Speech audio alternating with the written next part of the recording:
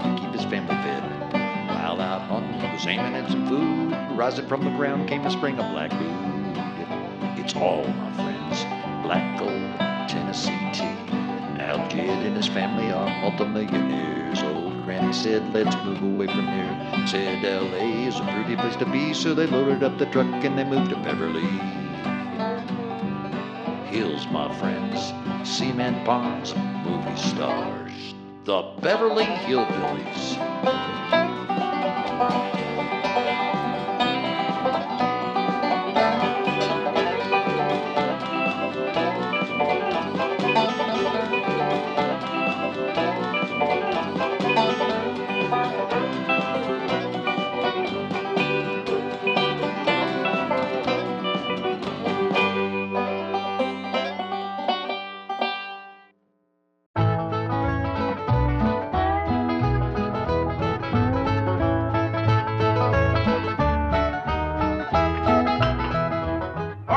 Jethro, tell us exactly what happened with Miss Drysdale. Well, I come around the side of the house, and I see this here lady fighting with a furry-looking varmint. Turned out it was Miss Drysdale. No, Uncle Jed, it was a fox. The lady was Miss Drysdale. Oh, yeah. So I grabs up the shotgun, and I says, step aside, lady, and I'll shoot it.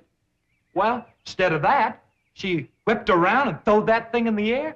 Well, I shot it on the fly. With both barrels. Blew my wife's fox fur to shreds. I wonder if she fainted dead away. I caught her just in time. The chauffeur had to help me get her into the car. She was out like a light. She was stewed to the gills.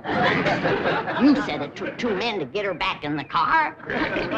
You know, Jethro, could be that there fox was Miss Drysdale's pet. Why in tarnation would she want a sneaky old fox for a pet? 'Cause them kind of people are liable to do anything. What kind of people? Ask your pa. Well, I reckon I can't protect you from the ugly side of life forever. You see, Miss Drysdale is what city folks calls what was her husband called it, Granny? Hypochondriac. Yeah, that means she drinks a little. A little? Her own husband said her bedroom was full of bottles.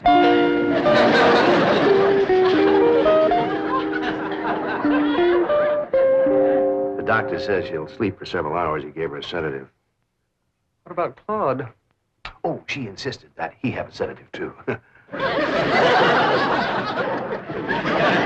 dog, he's probably the first canine hypochondriac. Well, let's be thankful for one thing, Mr. Drysdale. What's that? The tree outside the window. It completely obscures her view of the Clampett estate. Yes. And if that tree should ever lose its leaves and she gets one look at those hillbillies... It shall not happen. The Clampetts have agreed to accompany me to Palm Springs. Fine, fine. Now, you keep them there until I get Margaret back to Boston. Can do and will do. Maybe it's for the best that you know about that poor woman next door, Ellie. Now you can pitch in and help us get her cured. Yep. I'll need you to help find the makings from a sobering up mash. That's what I'll give her first. But Miss Jane said she was taking us to Palm Springs. Folks don't run off and leave the neighbors when he's in trouble. What are you going to need for your sobering up mash, Granny? Well, most of the stuff I got. But it takes pecan root, wretchweed, sourdough, skunk oil, chimney soot, spider webs, horsebeard, snake wort, pepper leaves, chicken gizzards, stump water, coal oil, slippery elm ooze, and turpentine, and a few more things that's secret. Oh, and the biggest toad you can find. Granny, you use a live toad? That's just for testing. I give it a swaller to see how far it jumps. Last time Granny used a sobering up mash, set a new record. Clean over the top of Elverny Bradshaw's clothesline. That's tall jumping for a toad.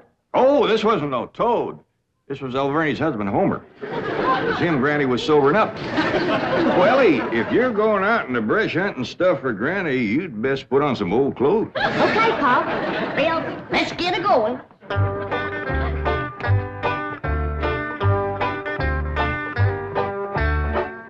Oh, I pert near forgot. I have to have some goat's milk.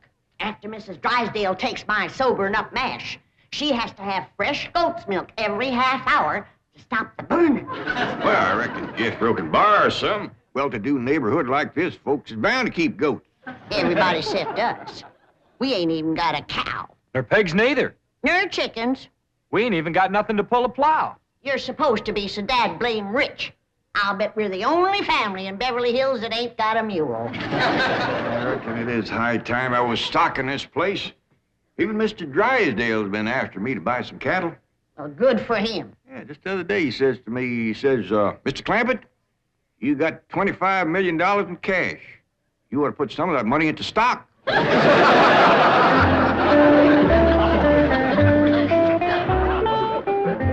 Well, we better get busy now if we're gonna find... There goes that music again. Jethro, did you ever find out where that's coming from? No, sir, I didn't. Every time I went to looking for it, somebody always come to the door. This time I'm gonna find it for sure. Yeah, good hunting. Me and Granny will be figuring out what stock to buy.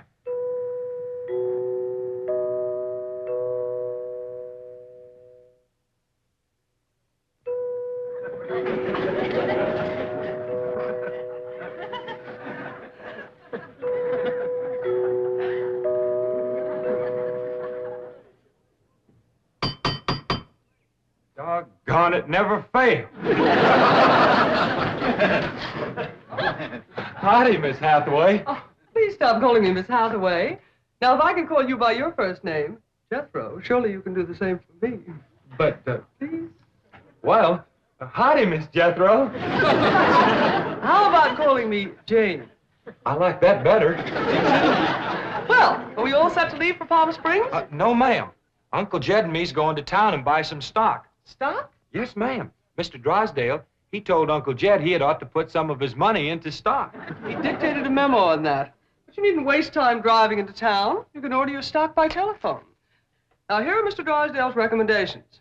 He doesn't want your Uncle Jed to get a bum steer. Oh, Uncle Jed, he wouldn't buy no bum steer. They should be cautious in a bull market. You gotta be careful with cows, too. Jethro, you have the most delightfully bucolic sense of humor. Now then, would you like to ride to Palm Springs with me, or would you prefer to drive and meet me there? Jethro, Oh, yes, ma'am. would you like to drive your own car? Oh, yes, ma'am. I like to drive. Very well. I have typed out explicit directions. I've even drawn a map showing the exact location of the hotel. They have a lovely pool, and... Jethro, Oh, yes, ma'am. I'm taking a bikini to Palm Springs. Is that faster than a train? Jethro, you dear naive boy. You shall see when we go swimming. You Tarzan. Me Jane. No, ma'am. I'm Jethro Bodine. I almost hate to see you change. I ain't gonna change. Oh, yes, you will. Under my tutelage, you will become an educated man of letters. Someday I shall introduce you as Jethro Bodine. B.A., M.A., Ph.D.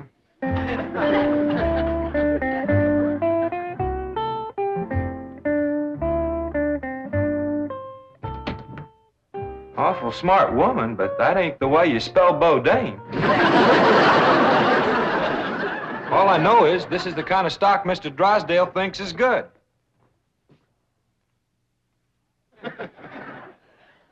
What does that say? IBM. What's that spell? IBM. What's an IBM? I don't know. Next it's got, Us's. Us's? Well, that's what's wrote there. USS. That makes sense. Maybe it ain't Mr. Drysdale's fault. Just between you and me, that Miss Hathaway can't spell for sour grape. I don't need this list nohow. Me and Granny's already figured out what we want. That's right. A pair of goats, 3 pigs, 4 cows, a bull, a mule, and a dozen chickens. Reckon we can get all that on the truck? Don't have to. Miss Hathaway says just call on the telephone and they bring them out. Oh, now, ain't that nice? Hello? Jed, I watched that banker feller. You have to stick your finger in them holes and spin her a while. All right.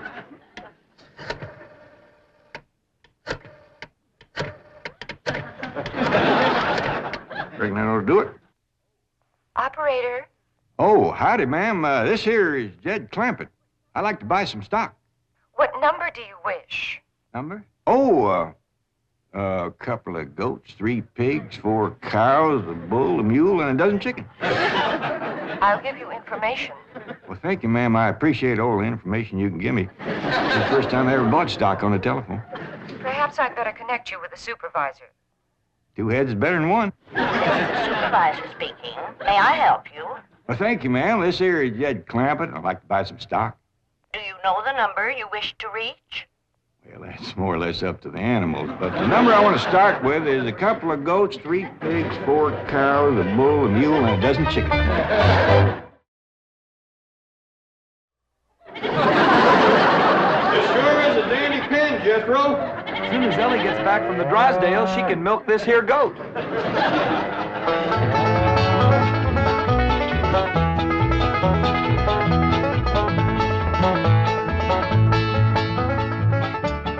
Mr. Drysdale sure has got a nice house, ain't he, Granny? Yep. Nice house, nice car, nice job. But the evil of drink has sure laid a heavy hand on his heart. Never forget, Ellie, drinking is a curse. But you take a drink now and then, Granny. Never more than a thimbleful.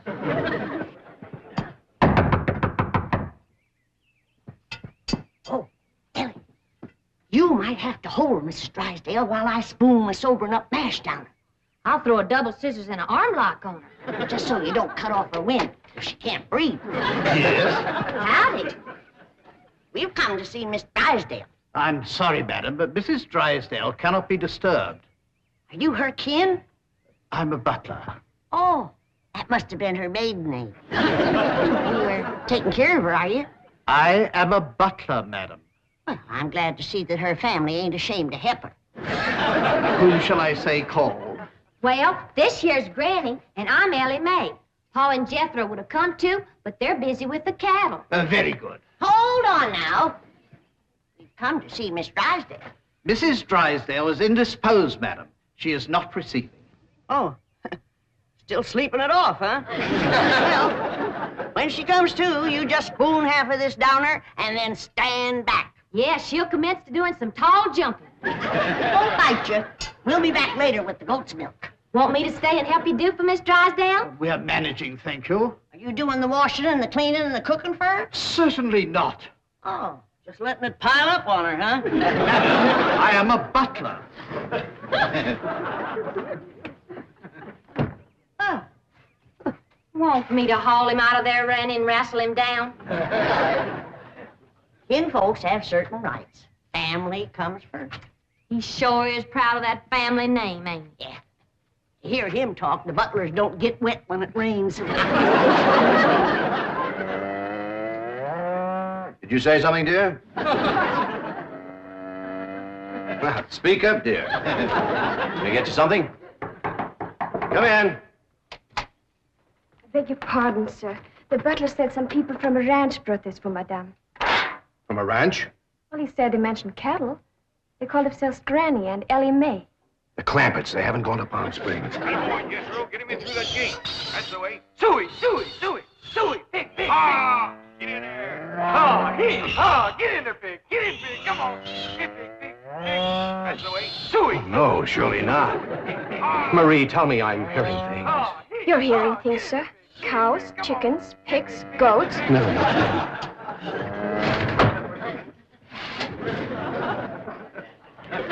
Anything I can do, sir? Pray, Marie. Pray.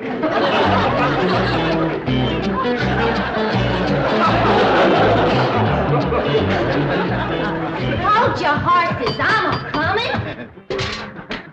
Oh, howdy, Mr. Drysdale. Did your wife take May? Where's your father? He's tending the cattle. He brought cattle into this beautiful estate? No, he called on the telephone, and some men brought him in a truck. Yes, sir. I'm just fixing to go milk the goat. Come on out to the stock pen. Stock pen.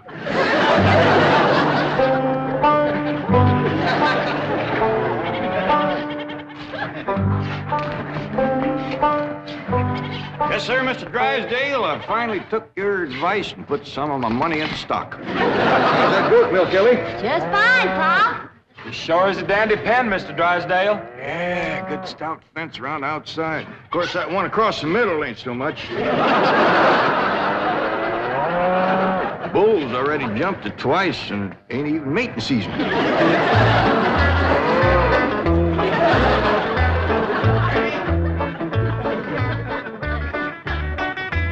Got ourselves some mighty fine-looking stock. Of course, they need a little fattening up.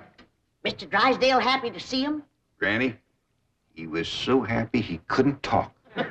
He just kind of hung on the fence and made little gurgling noises in his throat. Well, that poor man has some joy coming to him. I'm glad to be able to help him to forget his trouble for a spell. Here's the goat's milk, Granny. Oh, good, Ellie. Now, you run that right over to Mr. Drysdale. That sobering up Baer smarts considerable unless you follow it up with fresh goat's milk. Ellie, Mr. Drysdale ever find his tongue? Yeah, Pa. Whilst I was milking the goat, I heard him kind of mumbling like he was giving thanks. He says, "Oh, what have I done to deserve this?" Lord love him. Ain't that pitiful? Hurry, child, now hurry. You know, Granny, it gives a person a mighty good feeling to help a neighbor. You betcha. And he needs us, because his wife's kin ain't no help. Who's that? That high and mighty Mr. Butler. That's who came to the door when Ellie and me took the mash over. Wouldn't let us see Miss Drysdale. Well, now, you can't hardly blame him for not wanting folks to see it. Uncle Jed, the bull jumped that little fence again, so I tied him back over on his side. Where's Mr. Drysdale? I asked him to come in for some coffee. It was the funniest thing would happen to him. You know how he was hanging on the fence of the stock pen, kind of gurgling and mumbling happy-like? Yeah. Well, all of a sudden, he points up towards his house and says, "My wife, that's her window." Then he goes tearing off into the bushes like a bear was after him. She took some mash and he seen her jumping. Like Ellie's gonna get there with the goat's milk just in time. Oh, Sonny. Sonny, your mumsy just had the most ghastly dream. I was going to see our new neighbors, the Clampetts, and suddenly this dreadful giant appeared with a huge gun and shot my beautiful fox fur. Isn't that the most dreadful... Claude, what are you eating? Oh, did Ravenswood bring my darling boy some nice scotch? Claude. Claude! Marie! Marie, come and get Claude! What's the matter, dear? Claude, he's having a seizure or something. Is something wrong? Yes, Marie. Open the window. Yes, let's have some fresh air. No. You take Claude to the doctor. I'll get the window.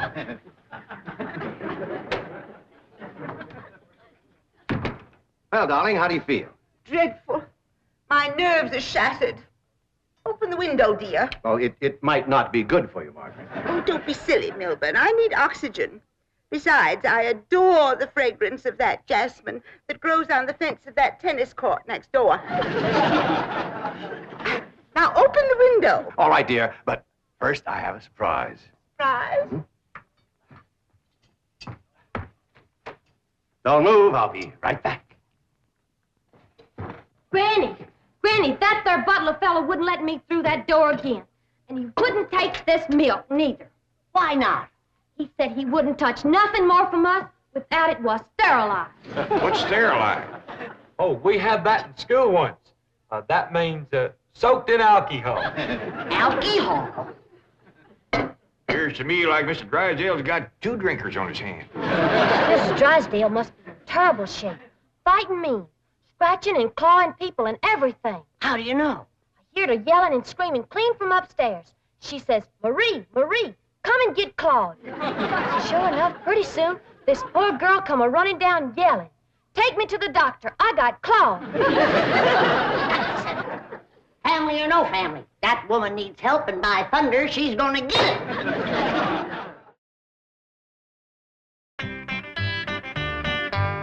Surprise! Surprise! Milburn, have you taken leave of your senses? You know I'm much too nervous to watch television. But, darling, the doctors in Boston said your nerves were just fine. Those Boston doctors. They had the audacity to tell me that I was perfectly healthy. I said, I'm not paying you all that money to tell me I'm healthy. Milburn, I do not want to watch television. Well, you don't have to watch it, dear. Just listen. There's an exciting Western on. Weston, Milburn, shut that off and open the window. I will. Oh, there we are. Milburn, are you going to open the window or am I? I am, dear.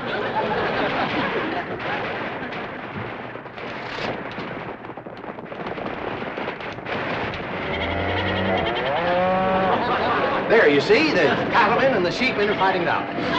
Well, if you won't turn it off, I will. Oh, dear, I do admit that's a very old plot, but I'm sure we can get something better.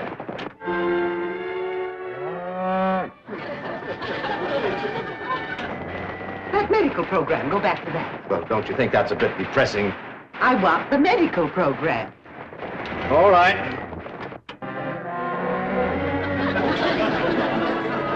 Milburn, I still hear the cattle and the goats. Yes, you see, this is the latest thing in television program. A medical western. Medical Western? Yes, I think it's called Sagebrush Surgeon. That's the window he pointed to right there. I've got to get some fresh goat's milk up to that woman some way. I could shinny up the tree and climb right in that window. Oh, Jethro, it ain't fitting for a man to be in a woman's bedroom. How about me? No, Ellie. You're too young to handle somebody wrestling in the grip of old John Barleycorn. I gotta get up there and have a goat handy to milk ever so often. I think I got it figured out, Granny. I'll get a rope, throw it over that limb, hoist you up to the window. Jethro, you get that Mr. Butler away from the front door. And then, Ellie, you take the nanny goat, lead it upstairs to her room for Granny. All right, Paul. But that little goat ain't gonna do nothing unless it's got that little chicken sitting on his back. That's all right. Raw egg ain't gonna do Mrs. Drysdale a bit of harm.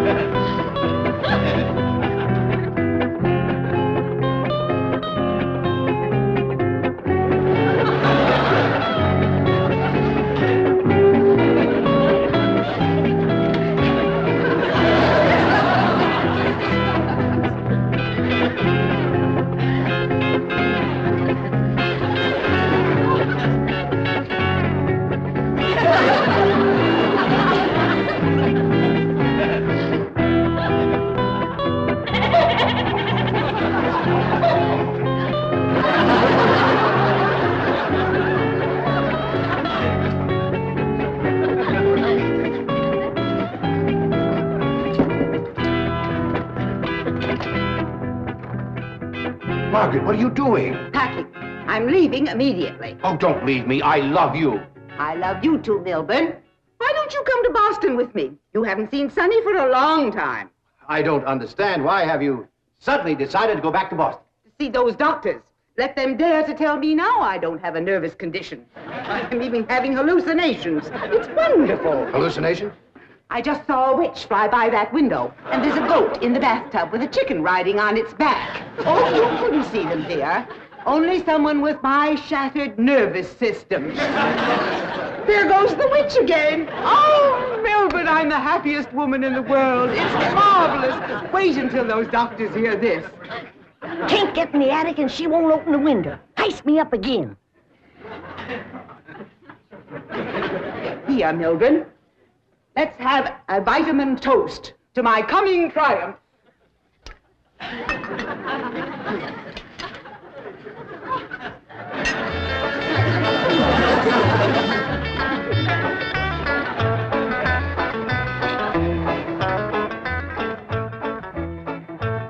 It's too late, Jed. What do you mean, Granny? We didn't get to her in time.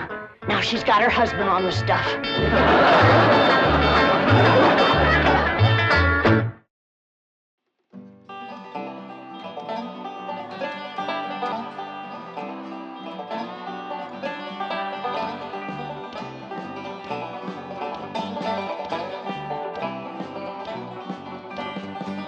Now it's time to say goodbye to Jed's family and friends. They would like to say goodbye and hope you recommend. You're invited back for another calamity and a big helping of our hospitality. Hillbilly style. Take your shoes off, rest a while. Come back soon.